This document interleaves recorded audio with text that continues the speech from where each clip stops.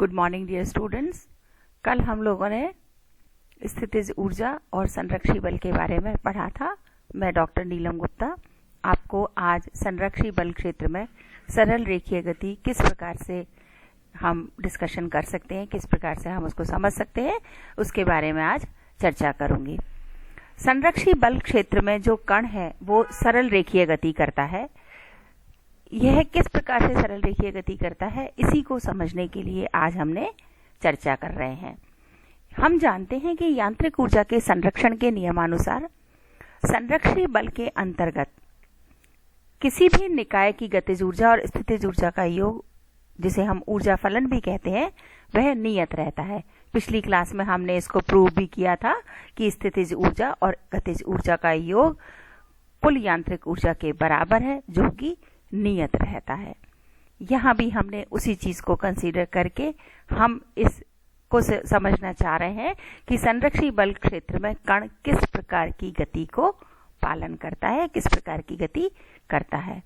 मान लो हमने कंसीडर किया कि जो कण गति कर रहा है उस कण का द्रव्यमान m है और संरक्षी बल के अनुदिश कण x अक्ष के अनुदिश गति कर रहा है। x अक्ष के अनुदिश हमने सिर्फ इसलिए कंसीडर किया ताकि हमारा गणितीय जो एनालिसिस है वो इजी रहे। मान लो किसी समय t पर हमने कंसीडर किया कि जब कण x स्थिति पर होता है तब उसका कोई वेग मान लो v है। चूंकि हम जानते हैं कि स्थितिज ऊर्जा केवल कण की स्थिति का ही फंक्शन होती है, अतः कण की कुल ऊर्जा क्या होगी? कुल यांत्रिक ऊर्जा इज इक्वल टू गतिज ऊर्जा प्लस स्थितिज ऊर्जा। गतिज ऊर्जा को हम व्यक्त करते हैं 1/2 mv² से और स्थितिज ऊर्जा को हमने व्यक्त किया ux से। क्यों? क्योंकि कण सिर्फ x अक्ष के अनुदिश गति कर रहा है और हमने v को लिख दिया dx/dt²। सो 1/2 m dx/dt² e minus ux और थोड़ा सिंप्लीफाई कर लिया और फाइनली हमने लिख दिया dx/dt is equal to 2 e minus ux upon m to the power 1/2। यदि हम समीकरण 2 को देखें तो हम इससे कुछ कंक्लूजन निकाल सकते हैं कि कण की गति उसी क्षेत्र में संभव है जहां पर कण की कुल ऊर्जा का मान उसकी स्थितिज ऊर्जा से अधिक होता है।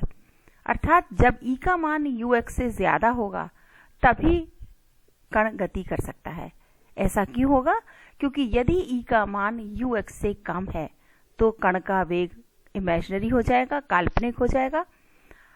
अर्थात यह एक कंडीशन है कि कुल ऊर्जा का मान स्थितिज ऊर्जा से अधिक होना चाहिए, तभी कण उस क्षेत्र में गति कर सकता है। हमने इसको सेपरेशन ऑफ वेरिएबल मेथड से सेपरेट आउट कर लिया। dx/2m e minus ux to the power 1/2 को लेफ्ट हैंड साइड में लिख दिया और dt को हमने राइट हैंड साइड में लिख दिया। यदि हमने कंसीडर किया कि प्रारंभिक समय हमारा t बराबर 0 था, तब कण की स्थिति x is equal to x0 है तथा जो वर्तमान समय है t, उस पर कण की स्थिति x है और हमने इस समीकरण को इंटीग्रेट कर दिया। So integral from 0 to t dt is equal to integral from x0 to x dx/2m e minus ux to the power 1/2। dt को इंटीग्रेट करा तो t आ गया, इसको इंटीग्रेट किया तो integral x0 to x dx/2m e minus ux to the power 1/2। चूंकि यहाँ पर जो कण कार्य कर रहा है वह कैसा कण है? संरक्षी बल है और हम ये जानते हैं कि संरक्षी बल स्थितिज ऊर्जा की ऋणात्मक प्रवणता के बराबर होता है। पिछली क्लास में हमने इसको डिस्कशन किया था, इसको प्रूव भी किया था, डिराइव भी किया था। तो F इज इक्वल टू हम लिख सकते हैं माइनस ऑफ du/dx और integral du is equal to minus of integral f dx हम लिख सकते हैं, जिससे हमारे पास क्या आ गया? u is equal to minus fx plus c। इसको हमने समीकरण 5 से व्यक्त कर दिया। यदि हम कंसीडर करें x इज इक्वल टू 0 पर कण की स्थितिज ऊर्जा 0 है तो c का मान 0 होगा और ux is equal to minus fx हो जाएगा। ux is equal to minus fx हमने समीकरण 4 में रखा तो ये इक्वेशन हमारे पास हो गई t is equal to integral from x0 to x dx/2m e plus fx to the power 1/2। Now at t is equal to 0, x is equal to x0 is equal to 0 है तो उस स्थिति में integral की जो limit है हमारी x not की वो क्या हो जाएगी, it is equal to 0. So t is equal to integration from 0 to x dx upon 2m e plus f x to the power 1/2. इसको हमने इंटीग्रेट कर दिया और सिंप्लीफाई करा. इंटीग्रेट करा और सिंप्लीफाई करा तो हमने क्या देखा, 2 upon m to the power 1/2 t is equal to 2 upon f e plus f x to the power 1/2 minus 2 upon f e to the power f to the power 1/2. f to the power होना चाहिए 1/2 और e plus f x to the power 1/2 plus is equal to 2 upon m into t into f upon 2 plus e to the power 1/2. e plus f x to the power 1/2 is equal to f t upon under the root 2m plus e to the power 1/2 और x is equal to under the root 2e upon m into T plus 1/2 f upon m into t square. f upon m is equal to a, so this term will be equal to 1/2 at square. e is equal to 1/2 mv square minus fx कण की कुल ऊर्जा है. यदि प्रारंभिक स्थिति पर x is equal to 0 पर वेग v नॉट हो तो कण की कुल ऊर्जा केवल गतिज ऊर्जा ही होगी. तो 1/2 mv square is equal to e और under the root 2m upon m is equal to v naught. So this v naught is the initial velocity. So x is equal to ut plus half of at square. इस समीकरण ये मान जब हम समीकरण 7 में रखते हैं तो हमें मिलता है x is equal to v naught t plus 1/2 at square. अर्थात समीकरण 8 यह व्यक्त करता है कि एक नियत संरक्षी बल क्षेत्र में कोई भी कण जब गति करता है तो उस कण की गति सरल रेखीय गति होती है. यही न्यूटन की गति का द्वितीय नियम है. अर्थात संरक्षी बल के अंतर्गत किसी भी कण की जो गति है वह सरल रेखीय गति होती है. अब हम कंसीडर करेंगे कि पोटेंशियल एनर्जी कर्व और किसी कण की गति का क्या रिलेशन है या कण जो है वो किस प्रकार से गति करता है. चूंकि हम जानते हैं कि कण की स्थितिज ऊर्जा किसी बिंदु की स्थिति के सापेक्ष पर निर्भर करती है. अर्थात यदि हम कण की स्थितिज ऊर्जा और किसी नियत बिंदु के सापेक्ष उसकी स्थिति के मध्य कोई कर्व खींचें तो उस कर्व को हम कहते हैं कि वह कर्व हमारा कण की स्थिति के सापेक्ष स्थितिज ऊर्जा के वेरिएशन को रिप्रेजेंट करता है और उस कर्व को हम नाम दे देते हैं पोटेंशियल एनर्जी कर्व. यदि कोई कण मान लो सिर्फ x दिशा में ही एक ही दिशा में गति कर रहा है और एक ही दिशा मान लो x अक्ष के अनुदिश गति कर रहा है तो कण की किसी भी स्थिति में स्थितिज ऊर्जा उसकी स्थिति x पर निर्भर करेगी. चूंकि हम जानते हैं कि स्थितिज ऊर्जा का ऋणात्मक ग्रेडियंट उस बल को प्रदर्शित करता है जिस बल क्षेत्र में कण गति करता है तो किसी विस्थापन के लिए कण पर कार्यरत बल कितना होगा, F is equal to minus of d u upon d x होगा.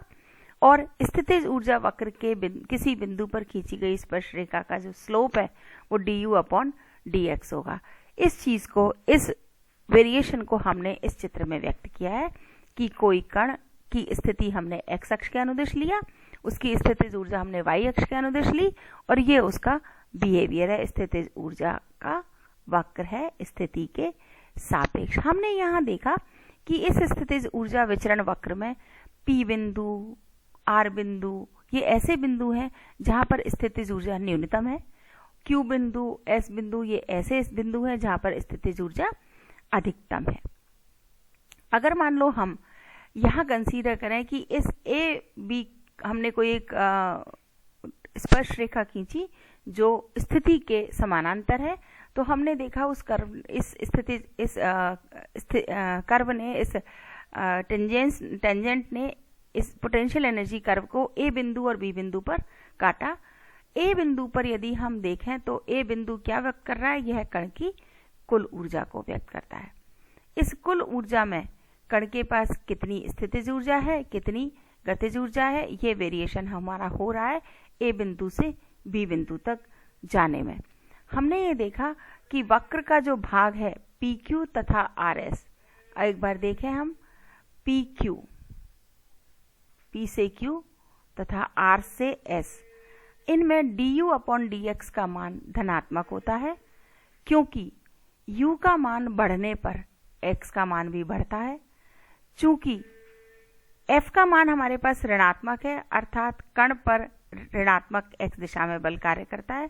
इस प्रकार वक्र AP तथा QR पर, वक्र AP तथा QR पर ढाल dux/dx का मान ऋणात्मक होगा, क्योंकि u का मान बढ़ने पर u का मान x के बढ़ने पर घटता है, अर्थात बल धनात्मक होगा और कण पर बल धनात्मक दिशा में कार्य करेगा।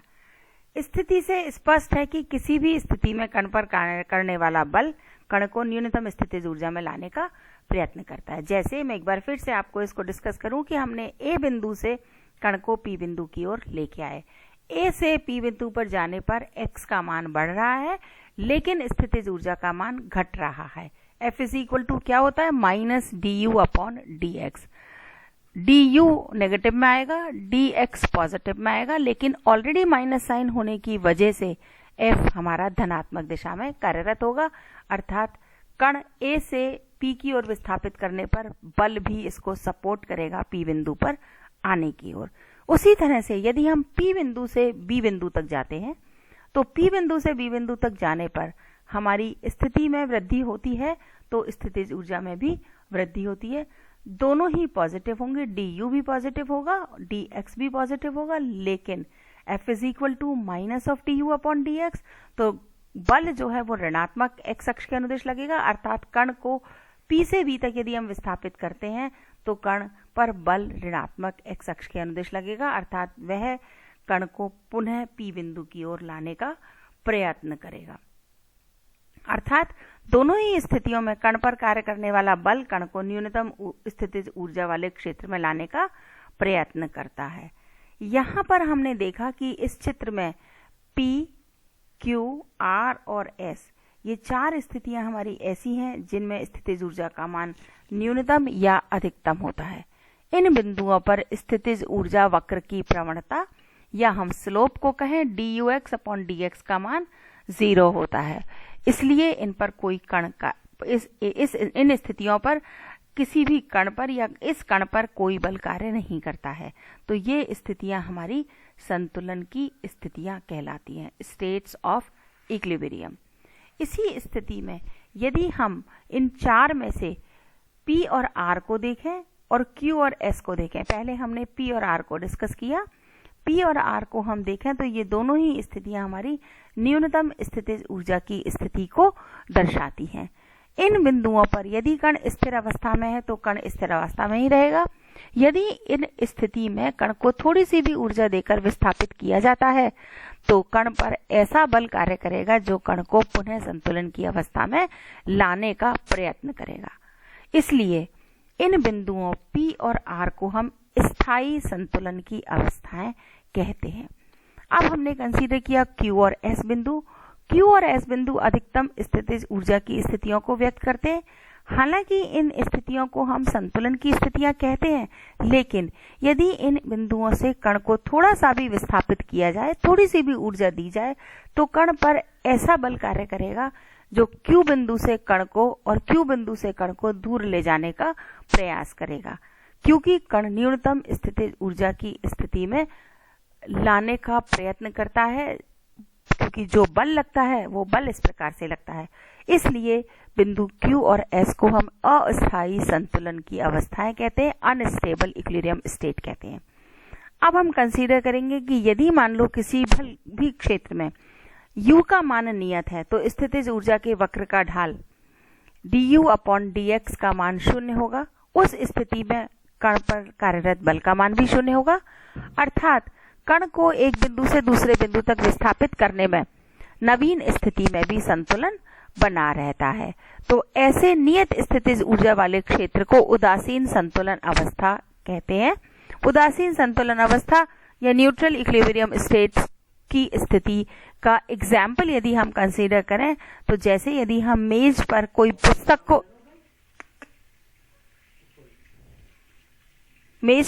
किसी पुस्तक को रखते हैं तो वह हर स्थिति में संतुलन की अवस्था में रहती है।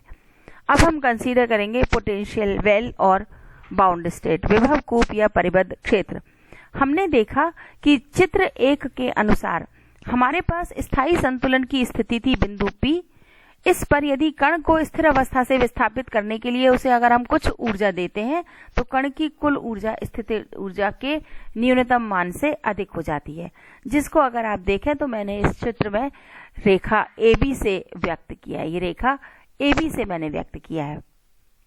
इस स्थिति में संरक्षी बल के कारण कुल ऊर्जा का मान नियत रहता है।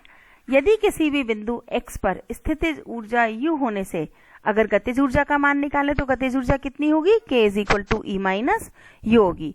अर्थात जब कण बिंदु A पर होता है तो इसकी गतिज ऊर्जा 0 होती है और A बिंदु पर कण की कुल ऊर्जा E स्थितिज ऊर्जा के रूप में होती है। इस स्थिति में कण पर प्रत्यानयन बल कार्य करता है जो कण को P बिंदु की ओर लाने का प्रयत्न करता है, जिससे क्या होता है कि कण की स्थितिज ऊर्जा धीरे धीरे घटती है और जिस प्रकार से कण की स्थितिज ऊर्जा धीरे धीरे घटेगी यही गतिज ऊर्जा में धीरे धीरे वृद्धि करती है, क्योंकि कण की कुल ऊर्जा नियत रहती है। यदि मान लो हम कंसीडर करें तो बिंदु P पर कण की जो कुल ऊर्जा है वह हमारी क्या होगी? क्योंकि बिंदु P पर स्थितिज ऊर्जा न्यूनतम होती है तो डेफिनेटली उस स्थिति में कण की गतिज ऊर्जा अधिकतम होगी और कण की यदि गतिज ऊर्जा अधिकतम होगी तो कण क्या होगा? P बिंदु को पार करके क्योंकि गतिज ऊर्जा ज्यादा है इसलिए कण P बिंदु पर रुकेगा नहीं और कण B बिंदु की ओर चलने लग जाएगा। लेकिन जैसे जैसे कण B बिंदु पर पहुंचेगा तो क्या होगा? उसकी स्थितिज ऊर्जा में वृद्धि होगी और साइमल्टेनियसली उसकी गतिज ऊर्जा में कमी हो जाएगी। जब उसकी अधिकतम स्थितिज ऊर्जा हो जाएगी उस स्थिति में कण स्थिर अवस्था में आ जाएगा, जिससे उसकी गतिज ऊर्जा 0 होगी। थोड़ी सी देर के लिए कण रुकेगा लेकिन पुनः प्रत्यानयन बल के कारण कण बिंदु P की ओर चलना प्रारंभ कर देगा। इस प्रकार से कण A और B बिंदुओं के मध्य किसी भी आवर्तकाल T से बिंदु A के सापेक्ष कंपन करने लगता है। इसलिए बिंदु A और B कण के लिए टर्निंग पॉइंट कहलाते हैं। इनको हम वर्तन बिंदु कहते हैं। इस प्रकार कण इन दो स्थितियों A और B के मध्य दोलन करता है। इन दोनों स्थितियों के मध्य क्षेत्र को हम परिबद्ध क्षेत्र या विभव कूप कहते हैं। इस क्षेत्र में कण की अवस्था को हम बद्ध अवस्था कहते हैं। यह परिबद्ध क्षेत्र स्थायी संतुलन बिंदु के निकट बिंदु ही होता है। विभव कूप के उच्चतम तथा न्यूनतम स्थितियों के संगत स्थितिज ऊर्जाओं के अंतर को विभव कूप की बंधन ऊर्जा कहते हैं। कण को मुक्त अवस्था में लाने या विभव कूप से बाहर निकालने के लिए कण की ऊर्जा विभव कूप की बंधन ऊर्जा से आवश्यक रूप से ज्यादा होनी चाहिए। इसका गणितीय समीकरण ज्ञात करने के लिए हमने टेलर सीरीज को उपयोग में लिया। टेलर सीरीज के द्वारा P बिंदु पर जहां पर स्थायी संतुलन है उसके समीपस्थ हमने स्थितिज ऊर्जा को विस्थापन की सूक्ष्म विस्थापन की घातों पावर्स के रूप में हमने उसको व्यक्त किया। U = ux0 + del u over del x at x = x0, x - x0 + del 2u over del x square, x - x0 whole square upon factorial 2n so on। चूंकि स्थायी संतुलन बिंदु स्थिति में बिंदु P पर del u over del x का मान 0 होता है या del 2u over del x square का मान धनात्मक होगा, तो इसलिए हमने कंसीडर किया ux0 = u0, del u over del x = 0, del 2u over del x square = some positive constant k, and del 3u over del x cube = some another constant k1 and so on। ये सारी values हमने यहाँ रखी। तो समीकरण 1 में रखने के पश्चात हमें क्या मिला? u = u0 + 1/2 k x - x0 whole square + 1/6 k1 x - x0 whole cube and so on। साम्यावस्था से विस्थापन यदि अल्प है तो x - x0 की 2 से जितनी भी हायर पावर्स हैं उनको हमने नेग्लिजिबल कर दिया और u = u0 + 1/2 k x - x0 whole square.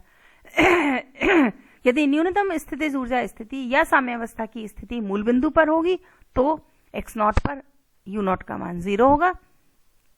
उस स्थिति में न्यूनतम स्थितिज ऊर्जा के सापेक्ष स्थितिज ऊर्जा क्या होगी? u = 1/2 kx square.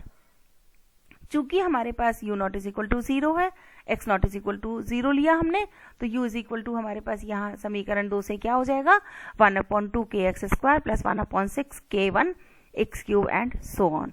So the force acting on the particle is equal to F is equal to minus of del u over del x, which is equal to minus kx minus 1/2 k1 x square minus 1/6 k2 x cube. यदि k1 k2 आदि 0 हैं तो F is equal to minus kx होगा. उस स्थिति में स्थितिज ऊर्जा और विस्थापन के मध्य खींचा गया ग्राफ एक पैराबोलिक होगा, हमें परवलय कर्व प्राप्त होता है. इस अवस्था में कण पर कार्य करने वाला बल विस्थापन के समानुपाती होता है तथा धनात्मक नियतांक के बल नियतांक कहलाता है. यहाँ पर कण की गति विभव कूप में सरलावर्त गति होती है, इसलिए इस निकाय में कण को हम सरल आवर्ती दोलक भी कहते हैं. यहाँ हमने परवैलिक विभव कूप में सरल आवर्ती विभव कूप को व्यक्त किया है कि ये हमारे पास कण जो है वो इस प्रकार से पैराबोला में परवैलिक गति करेगा न्यूनतम स्थितिज ऊर्जा वाली स्थिति में. सो आज के लिए इतना ही काफी. Thank you.